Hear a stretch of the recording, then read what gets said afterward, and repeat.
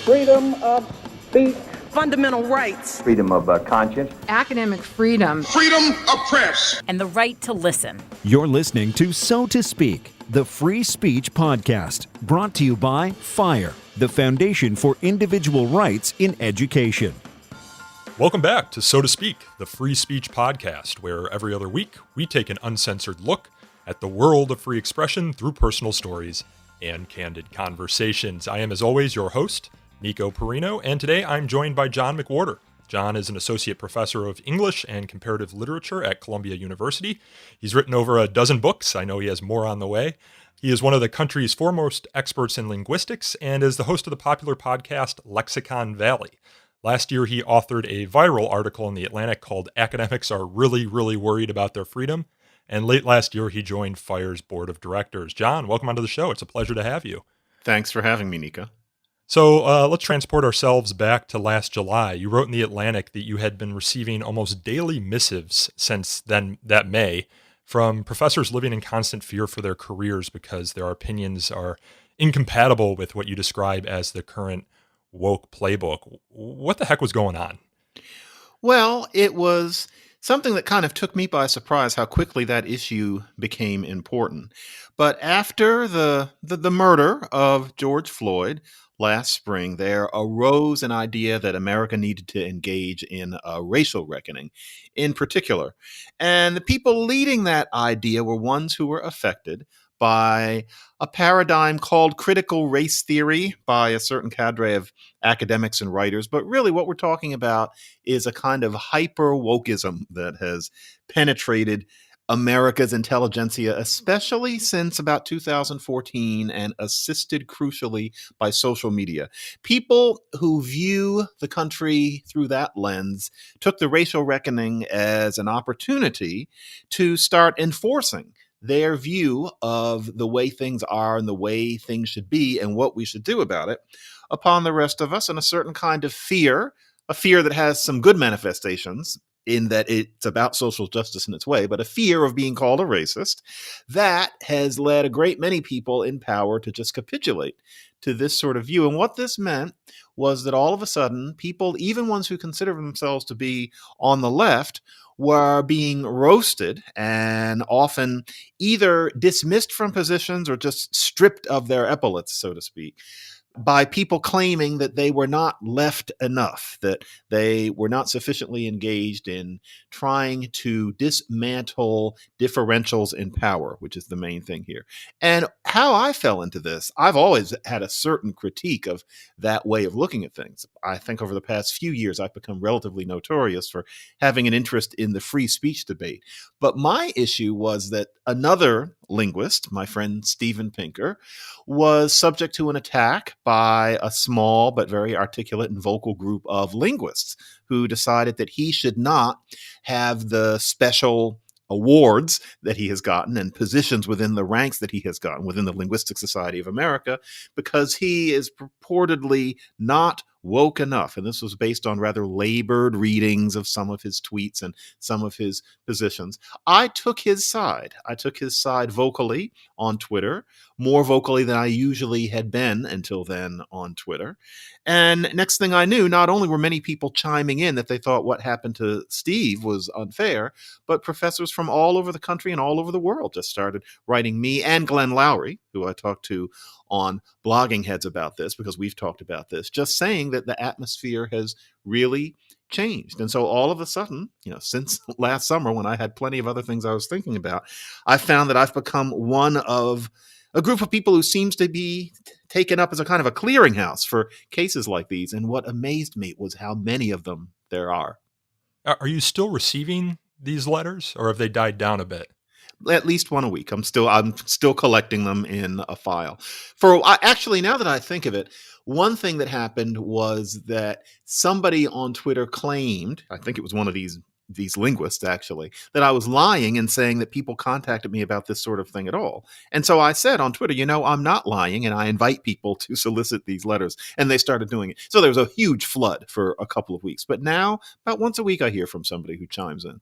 Well, one of the problems is that a lot of these correspondents want to remain anonymous so as to not further threaten their careers in academia. I mean, have you noticed anything that differentiates those who speak out, such as yourself, from those who do not? Is it tenure? Is it something else? I mean, careerism is very strong. So and people have mortgages and they have Hmm. families and they don't want to rock the boat too much.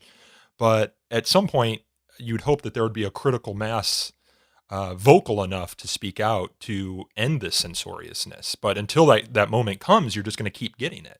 Yeah, I find that generally it's the ones who are older, nearing the ends of their career, and of course tenured, who are open at all to being public about this sort of thing, and or do not append to their email to me that they'd rather stay anonymous, etc. And yes, the truth is that the only way we're going to get past this is if a critical mass of people exhibit a certain bravery. And of course, that's going to require decisions made by people according to their circumstances. But I think anybody who at this point thinks that we can talk to the people who are infected with this new ideology and teach them about their John Stuart Mill and teach them that they're supposed to be a marketplace of ideas, that's utterly hopeless. Only the very occasional person like that is open to any kind of suasion on this sort of issue. So what has to happen is that we have to start standing up to that kind of person so that they lose the idea that they can get whatever they want by standing up and calling people names. But yes, on the other hand,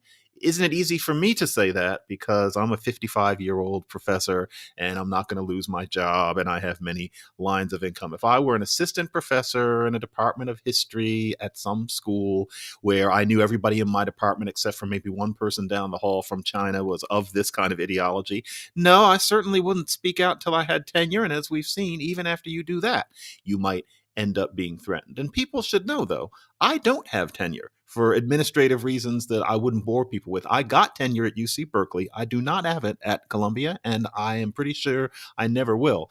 But I do this because there are reasons for me to believe that I'm not going to get fired. And even if I did, I could still eat. But that's just me. For many people, they could not take it so lightly. Sometimes professors or faculty members can't see the landmines or don't know what the landmines are before they step on them. You recently tweeted about a case at the University of Illinois at Chicago, near where I grew up, in which a law professor who had been giving the same law exam hypothetical for many, many years had used in the hypothetical two epithets um, to describe a case of alleged discrimination within the workplace before asking the students to, analyze the law surrounding it. Those epithets were censored in the law exam. So they had the asterisks or the crossouts over Mhm. them. And now he's being investigated for that exam question. So I feel like, you could, there are the landmines that we know, venturing Mhm. into politics or to critical race theory or anything dealing with sexual or gender identity. But giving a law school exam to law students who might deal with facts within cases that involve some of the more unsavory aspects of human nature doesn't seem or wouldn't seem to me to be something that I'd have to worry about. But this very professor is indeed having to worry about that. How many of these cases that you're hearing about are of that nature, so of a faculty member unwittingly stepping on a landmine? Ever more. And it really is disturbing, especially in a case like the one you just mentioned that seems so cut and dried. Nobody was offended about this exam question before. It's not an accident that this happens in 2021 after what happened last spring. And yeah, you see more and more cases where some innocent person does something that nobody would have batted an eyelash at 5 minutes ago and now ends up losing their job. Laurie Scheck is a famous writer, and she has been teaching for 20 years at the New School in New York City. She was teaching students about James Baldwin. There was a documentary that got around called I Am Not Your Negro about Baldwin. What he actually wrote was, and I guess I'm allowed to say it for the obvious reason, he said, I'm not your nigger. Now, Laurie Scheck is not Black, but she used that word in describing what Baldwin said and then was fostering a discussion as to why he put it that way, but the movie title put it another way. It was going to be a very sensitive discussion about epithets, about racism, etc. And not only was she disciplined for this a couple years ago. But what hasn't gotten around is that recently she, for no reason that she was given at all, was dismissed from the institution. Nobody said it was because of that, but it's very hard not to believe Oh, I didn't that know it that. wasn't. We at Yeah, that Fire you were thought the involved in that Scheck case case. as a victory. Exactly. Yeah. Yeah. We were very involved in that, and we worked with Lori to try and rectify the situation, and we helped her get an exclusive inside higher ed to break the story, and then the university backed down. But yeah, I haven't seen it go around in the news that she was recently dismissed, so I'll have to talk to my colleagues about that. She told Wow. me about 2 weeks ago. Yeah. And the funny thing about these cases is that in the Scheck case, it was a kind of diligent white student who, I think it was two, who put in the complaint. And that's common. Very often, white woke people are woker than the black people they call themselves representing. But one of the hard things about this is that in a case like this recent one with the expurgated N word, it requires a certain special kind of bravery because what we're seeing, and I hate to say this about people who can't see beyond it. It's like a fish doesn't know they're wet. But and these are people much younger than me, but there's a certain kind of black person who is acting in cases like that. So one of this guy's accusers has said that she experienced heart palpitations when she read this expurgated N-word. And you know what? No, she didn't. Or she made herself experience them because she's trying to be part of something larger. And the truth is that that black woman, that young, probably brilliant black woman, needs to be told, sorry, no, we're not going to change procedure on the basis of sensitivities fabricated and overblown such as this. But that's a really tough thing for some white administrator in a business suit to do when they're afraid of what that's going to look like on social media. But we see cases like this. A little while back, you had black students at a business school out at USC claiming to be offended because a professor was talking about hedging expressions in Mandarin, and one of them is naga, naga. And they felt that that sounded like something else and it upset them. That sort of thing. You have to end up telling earnest young black people no. And that's something that universities are not exactly designed for. But we do need to start making room within the fabric for that to be done because, frankly, at times you're not respecting these students by giving them what they want. You're treating them as if they were children. And everybody can see it from the outside. And these black students will understand it when they're about 10 years older. So this is another difficult aspect of this. During a racial reckoning, is there room for being honest with some black people who are using this racial reckoning as an excuse for things that simply aren't constructive and aren't even real? So I was going to ask you about this later in the interview, but it seems relevant to our conversation now. It's a larger cultural question that I want to ask, of course, of a linguist and someone who's got a book coming out later this year called Nine Nasty Words. Um, it seems as though the more that we censor words or give them power, the more dangerous they're perceived to become. Mhm. Lenny Bruce, the famous comedian, did a skit back in the 60s in which he just listed off 10, 12 Mhm. profanities or epithets as a way, in his words, to defang them. He said by saying them, you defang them of their power. When you censor them or expurgate them from society, they gain power. It seems to me that over the last couple of decades, as our society has become coarser, uh, epithets or swear words have sort of lost their power. They've become commonplace in society and in our culture, with, of course, one notable exception that we just discussed. You know, does it seem to you, I mean, how does this all play out from a linguistic perspective? It seems to me that ideas are more verboten now. Ideas have always been verboten in certain contexts, but as if you're looking at the track of offensive words or swear words and the parallel track of verboten ideas, it seems like swear words, epithets are going in one direction and verboten ideas are going in another direction, whereas verboten ideas are becoming uh, more more common, whereas verboten words are not. Yeah, I agree, and I would narrow it a little bit. It's that profanity is no longer about religion and or aspects of the body. We do have profanity, but it's about something else, and that is it's about slurs against other people. So it used to be that saying damn and hell was a terrible, terrible thing. Then saying shit and fuck was a terrible, terrible thing. Now it's those words against groups that occasion the same response are considered equally horrible. And this isn't me sounding high and mighty, because on the one hand, I do think we have really come to overdo our taboo treatment of the N word in particular. But on the other hand, I would be quite upset if either one of my children, 6 and 9, use that word in any sense, especially yet. I would be appalled in the same way as Rob and Laura Petrie on the Dick Van Dyke Show in the early 60s, where when Richie uttered what you can tell is the word fuck, although, of course, in television of the time, they can't even indicate it.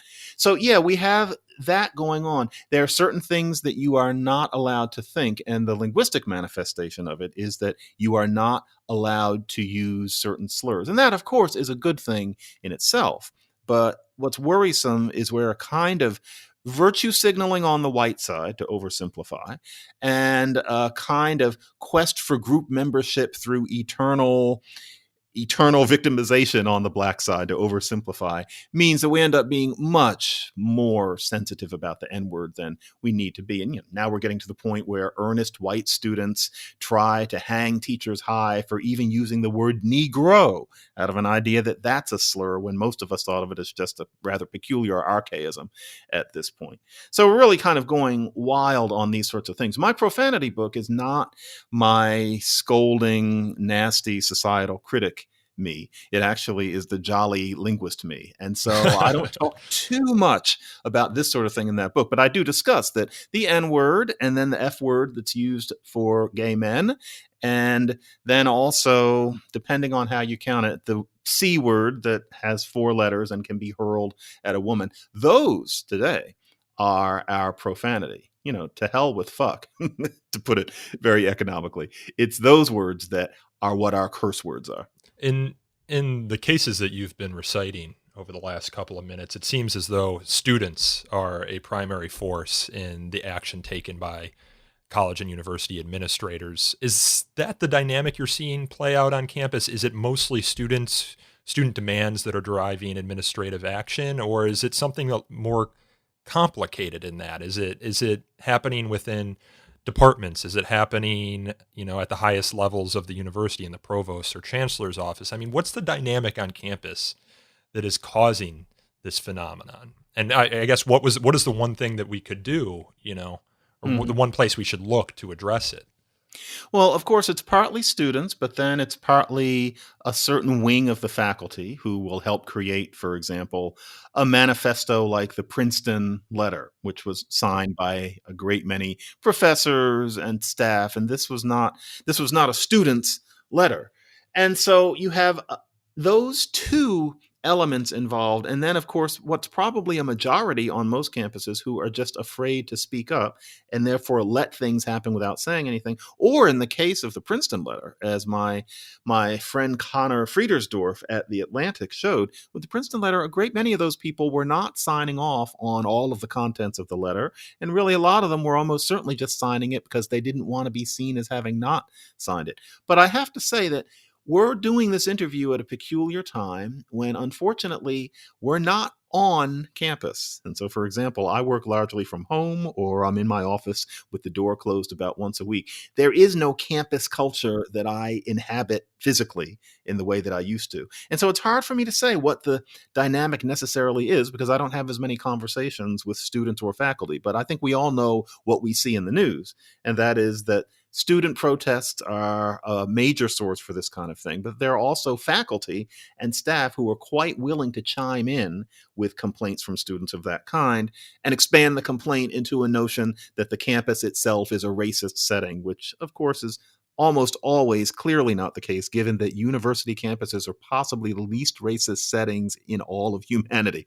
So it's various currents, I think. Yeah, you have to wonder if it's a minority of students and faculty, and I speak of minorities here numerically, not demographically, that are causing this trend. I mean, you read in the social sciences how a minority can have an outsized impact in certain environments, and so most people aren't engaged in these sort of discourses, and they're No. just kind of going along. Or you might have faculty, for example, at Princeton, also concerned about their careers and their families and their mortgages, who sign on just to kind of as a cover, as a sort of shield from what's happening, especially in a climate where a lot of the language that's used by these minorities, numerically, again, of course, is what I'm speaking here of, not demographically, that accuses people of things that then can make them, a leper within society. If you're accused of being racist or sexist, that almost makes you a pariah.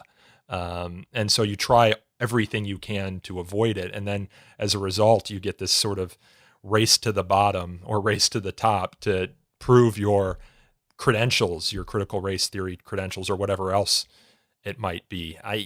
And some of the studies bear this out. We did a study, the largest ever study of college students as it relates to free speech and academic freedom questions, and you find that it's a minority of students who are driving a majority of the discussion in these situations. Definitely. And I have always had that impression at Columbia as well as at Berkeley when I used to teach there. It's definitely a minority numerically of the student body who are of stridently CRT style politics, but because they are so quick to call you dirty names, they leave almost everybody scared to their socks. I've had students tell me about this sort of thing. I have seen seminar classes that were either shut down or hopelessly distorted by there being one or two students of that type who, after they let their views be known within the first couple of discussions, all the students, but maybe one, usually male, very brave person, just toe the line. And some people end up never saying anything.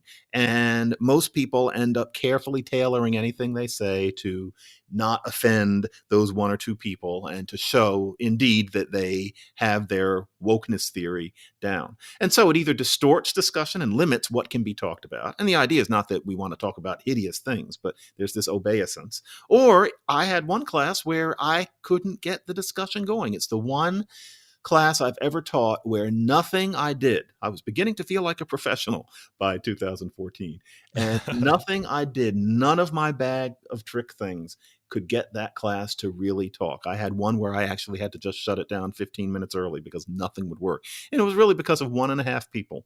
And I was stuck with that class for the whole school year. And so, yeah, that definitely happens. We're seeing a group of people who think that they're convincing the world of the truth, but what they're really doing is exerting a kind of reign of terror. But they don't see it that way because a major plank in their way of looking at things is that they're speaking truth to power. So as far as they're concerned, they're powerless people speaking up to the man. They don't understand that at this point, in many circles, they have all of the power and that they're exerting that power not through convincing anybody of anything, but through making everybody basically wet their pants. That's a major problem in our discourse at this point. It seems as though a minority can also work against the trends. I'm reminded of the situation, I believe it was at Reed College out west, a small liberal arts school, where there was a group of students who were occupying that school's mandatory, it's like a great book seminar or their Western civilization seminar, mandatory as part of the curriculum, in order to change the curriculum to make it less Western centric. They were occupying these classes every time they appeared. So you'd have a professor at the podium and students lined up in front of him for the entirety of the class with signs. And this happened for months, semesters, before it was a group of primarily Asian students who spoke up about the situation and said that they're there to learn and they want to learn, and this is detrimental to their learning experience. So and then the movement kind of tapered in part because of that, but also because the university capitulated and changed the curriculum. But you have seen situations where certain people speak up, especially if we're talking about critical race theory concerns, if they're of the right demographic background, that can really help a situation. You call the phenomenon in your article a new Maoism. I want to ask you what similarities you see, because here in America, whenever we see a sort of authoritarianism in any part of our society, we refer to it as fascism or Nazism, and so we don't have that background in what Maoism is or was. to really help us inform and distinguish between the types of authoritarian actions that can take place. So what's what are the similarities that you're thinking? Well, when you think about, say, the Cultural Revolution, you think about things like the relentless thought policing, such that people are made to mouth things in public that they don't really believe, or to never say things that they do believe in public. There's that sense that everybody always has a gun pointed at their head. And that is what's going on with this whole CRT business as well. Not to mention, you read often in the media these puckish questions that people ask, or articles that people write about whether or not you should maintain a relationship with your father or with your uncle or with your child because they don't have the proper, hard left woke views. Now, a lot of those things are just asking a question, but it's reminiscent of how in the Cultural Revolution you were expected to disavow family members and friends and smoke them out if they were not exhibiting the proper ideology. So the idea is not to say that CRT is getting anyone killed. However, the groupthink, the relentless, menacing groupthink that's involved, and the radical reconception of what it is to be a worthwhile human being morally, is very similar, and it's interesting. Hitler, we get. We have a sense of it. We've watched actors play Hitler. Unless you've had your head in the sand, you've probably seen a movie about Hitler. We have a sense of what went wrong there.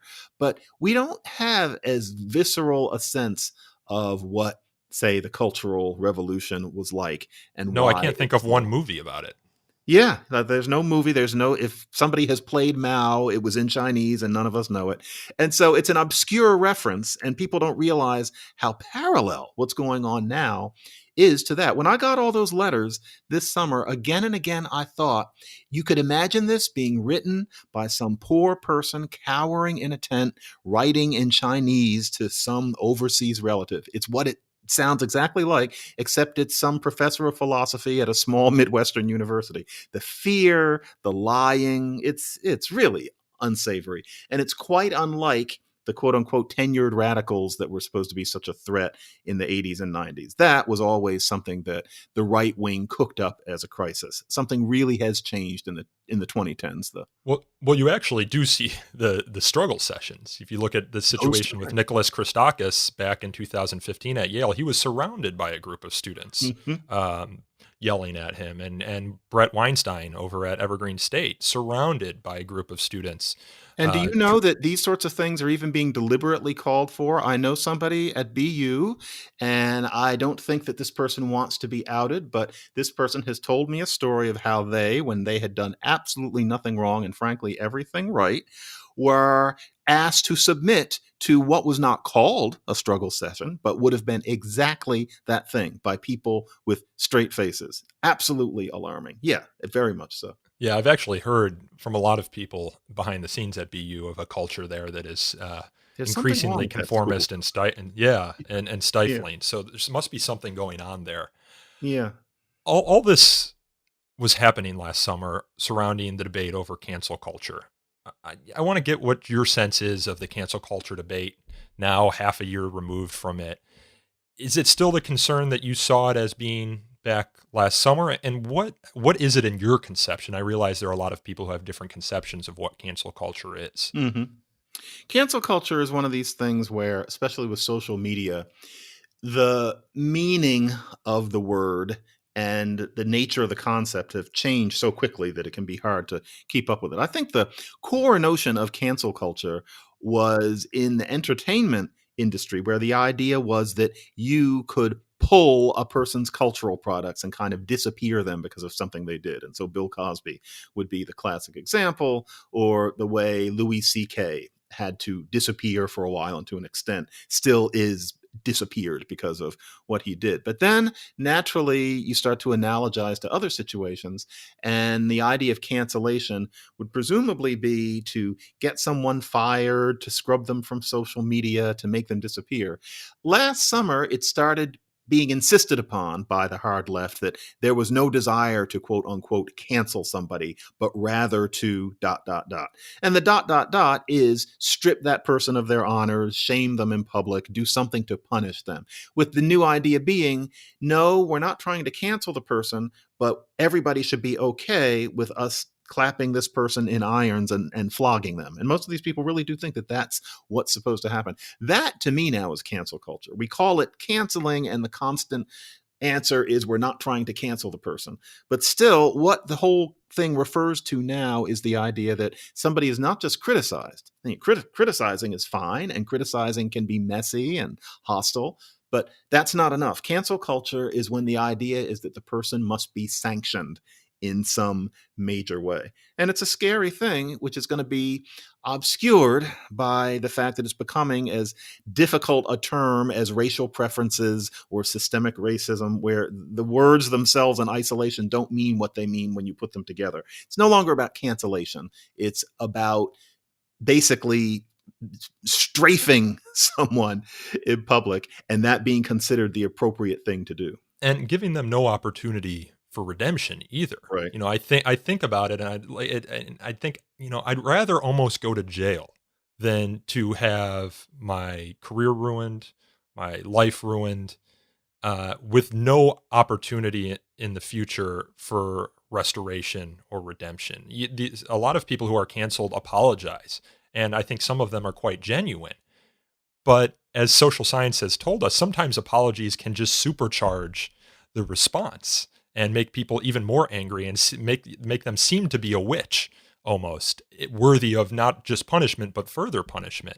And I know you've talked or written in the past about how some of the movements or the new Maoism you're seeing has a sort of religiosity to it. It's religiosity, and I think you've written about this too, without the important component of redemption, the opportunity to change, the opportunity to quote unquote see the light. You don't want people to be bullied into that, but it just seems like it makes for a coarser society.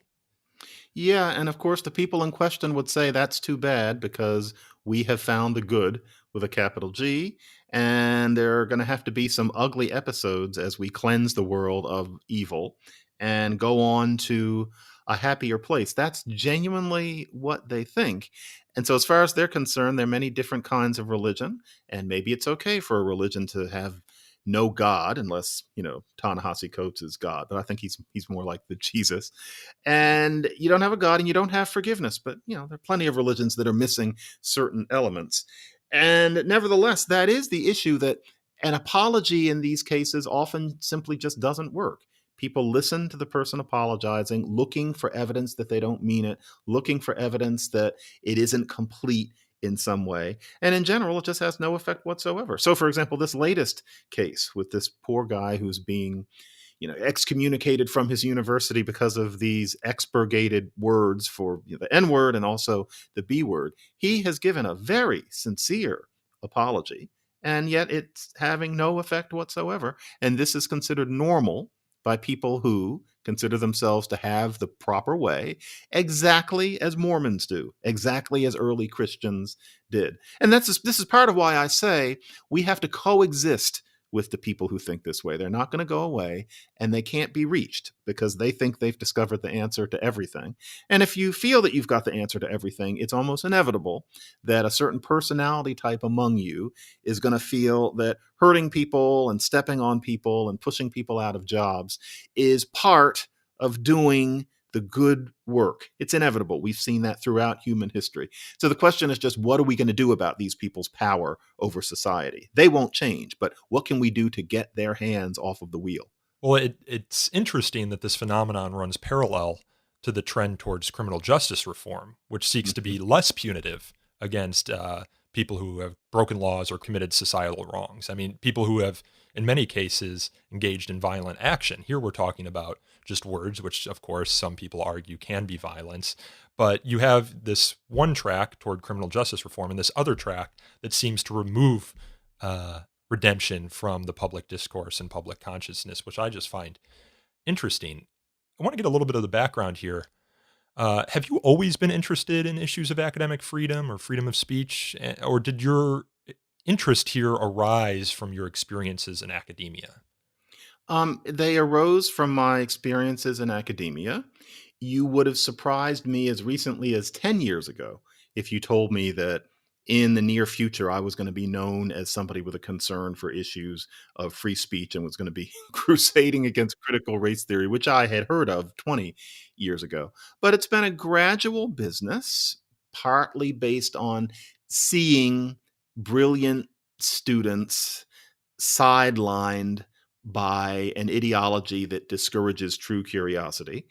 And that's just that disturbs me. And then as time has gone on, I've realized that I haven't been specifically interested in it, but I've been affected by this sort of thing. And I think some people will hear that and think that what I'm doing now is trying to get back at people who hurt my feelings in 1997 or something like that.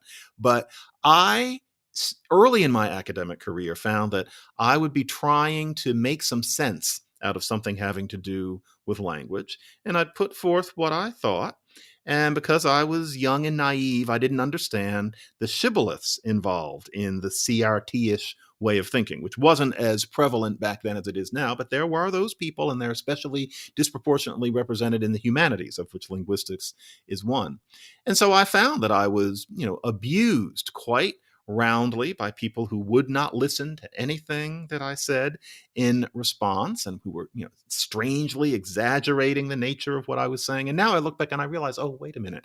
It was these people. I call these people the elect in the book that I have coming up about this. I thought this is the elect. The reason that I can't say that the reason Black kids have trouble in school is socioeconomic factors and not the nature of Black English being different from standard English. The reason I can't say that the issue isn't linguistic is because I'm supposed to be battling the power differential between white and Black and therefore making everything about racism.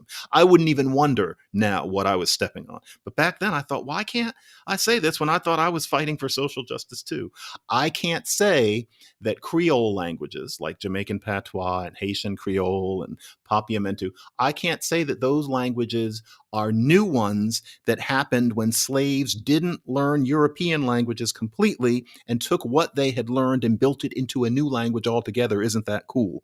I can't say that because that implies that at a certain point, these African slaves did not learn these languages completely and that they created something that's somehow less of a language. And I kid you not, I'm not exaggerating these views. So I can't say that Creole languages are cool or that they're new or that they're language having started again. And if I do say that, then people start throwing Foucault at me and telling me that I'm a reverse racist. Now I would know what I was stepping on. I'd still say what I thought, but I would know what was coming. Back in 1999, though, I was, jumped. And so not only do I see students being muzzled by this sort of thing, not to mention professors, but I realized, that actually was getting in my way back before I was 30. And I know that it certainly does limit inquiry in many fields that I have a finger in. And I think it needs to stop. I think that the CRT view of things deserves a place at the table. It's not crazy in itself. I didn't learn about it as craziness. I learned about it as an eccentric but interesting socio-political way of looking at society. But the idea that the people who believe that should be at the controls and shut down everybody else, no, that doesn't make any kind of coherent intellectual or moral sense. Within the linguistic community, is this a result of a lack of ideological or political diversity, or is it just that kind of minority phenomenon that we were talking about before? I'm thinking about Jonathan Haidt's story about a sociology conference that he attended many years ago that kind of was an awakening for him, in which he asked this audience of hundreds of scholars of sociology if they knew any conservatives in the field, and there was only a handful of hands that went up, which speaks to potentially part of the problem. And where does that problem come from? Does it come from hiring? Does it come from just how people sort themselves? It seems like you don't get, as a result, the institutional disconfirmation, which Haidt talks about, that is so crucial in a university environment. The idea being that to the extent ideas are proffered, you have people on the ideological spectrum far away from them who can challenge those ideas. Cass Sunstein has done a lot of great research on this, in particular as it relates to panels of judges in cases. To the extent that you have a uniform or ideologically uniform panel, you're going to get more extreme verdicts than you would even if you just had one person who dissented or one person who was elsewhere on the ideological spectrum. Hmm. Yeah, linguistics is typical of academia in this way. And I think another aspect of it is that, contrary to what many people understandably think about linguistics, what we are is not people who know the history and definition of every word. What many linguists are involved with is documenting and maybe saving a language spoken by a small number of people somewhere far from where they live. And so linguists are to an extent anthropologists. And that means that you are probably somebody who has a concern for people who live in very different circumstances than, say, a middle class white person does. And all of that is great in itself, but what can often go along with that kind of commitment, and I think this is especially visible in anthropology, is a certain leftist commitment which might lean over into the sort of prosecutorial frame of mind that we're talking about. And that does happen in linguistics. I am not aware of very many actual card carrying conservative linguists, say under 50. Yeah, there's some older ones, but under 50, I would be hard placed to think of one. And there's at this point a younger contingent coming in who are especially committed to the kind of spraying for heretics that I'm talking about. And they're a minority, but I know on good authority at this point that they exert a disproportionate in a kind of impact on other linguists. And so, yeah, it's linguistics is just like the other fields. Does your study of linguistics or of language have anything to say about this current moment? I mean, how much of it is wrapped up in the way that we speak to each other, or the ways that words are used or police? I'm thinking here of The Coddling of the American Mind, which was written by the aforementioned Jonathan Haidt and my boss, Greg Lukianoff, where they suggest that the phenomenon that they're seeing after having traveled the world and spoken in many different countries, this phenomenon of vindictive protectiveness or viciousness, at the time of the publication of that book, at least 2018, was unique to English-speaking countries. Your study of linguistics, does that suggest language has something to do with it, or do the phenomena just did they start in an English-speaking country and therefore they travel faster to other English-speaking countries, or is there something different about cultures based on the languages that they use? I don't have the fun answer to that I wish I did. It would be so cool if I did. I would say that since the coddling book, which of course was brilliant, I would venture to say that this sort of thinking has spread to countries where other languages are spoken. And I would say certainly in Europe, I've heard about it in France, Italy, Germany, and I forget which Scandinavian country. Now, maybe that's only spreading so far, but nevertheless, that's there. But no, I don't think this is about linguistics. Words' meanings change in all languages. All languages have ways of being nasty linguistically. I think that what we're dealing with is a certain aspect of Anglophone culture, and not just last week, but in the 1980s and 90s. A lot of this grows out of the whole deconstruction school of literary analysis, for example, which then jumps the rails into certain legal scholars' ideas. But no, I think ultimately, for example, we can't say that we need to learn to use language differently because there is simply no reaching people who are part of what I'm calling the elect. And the elect is not just the left. It's not just the hard left. It's this very specific subset of people. No kind of language you used would get across to them. Telling them to use language differently would not work because they think they're speaking truth to power and they can talk however they want. What we have to think about is ideas. And sometimes we're going to have to talk the way we want to among ourselves and just make sure that we don't have to pretend that these other people have found the answer to everything. But no, this isn't about language. This is about ideas. We should think of it that way. I saw, and last question here, kind of close on a fun one. You would recall that there was that debate a week or two ago after the lawmaker said amen and ah woman. And there was a subsequent outrage from people who thought that this was a lawmaker engaging in the same sort of woke politics that has driven a lot of things that we've talked about in this conversation. And I heard it from family and friends who were just outraged by this. It was like it's the new Happy Holidays versus Merry Christmas debate. You had a tweet that said, no, this is, the linguist in you, this is a form of speaking that has a long tradition in certain communities in America. So for our listeners who think that the world has gone crazy based on the things we're talking about here, you say, at least in that case, it has not, right? No, yeah, that was so interesting. A man and a woman is one of the oldest jokes in the book. And he thought that enough people would know it that he wouldn't need to say anything. If anything, that was a little clumsy. I'm not sure I quite understand why he thought the world knew that little joke. But the fact is, it is an old joke known well to many black people, known well to many white people. And he was tossing it in what would have been, if he could have counted on most of the country understanding it, a very clever and warm way of acknowledging the women in the room and the women watching. It's a little old joke. That person is not a wokester in any real sense that I know. I actually think it's kind of a funny joke, so I hope it catches on, but I'm doubtful of it at this point. Well, John, this has been a distinct pleasure. I think we're going to wrap it up there. I hope we can talk again sometime soon. Definitely. Thank you for having me. That was Columbia University professor John McWhorter. You can read his article, Academics Are Really, Really Worried About Their Freedom, by visiting the Atlantic website. This podcast is hosted, produced, and recorded by me, Nico Perino, and edited by Aaron Reese. To learn more about So to Speak, you can follow us on Twitter at twitter.com/freespeechtalk, or like us on Facebook at facebook.com/So to Speak podcast. We also take feedback at sotospeak@thefire.org. If you enjoyed this episode, please consider leaving us a review. We take them at Apple Podcasts, Google Play, or wherever else you get your podcasts. They do help us attract new listeners to the show.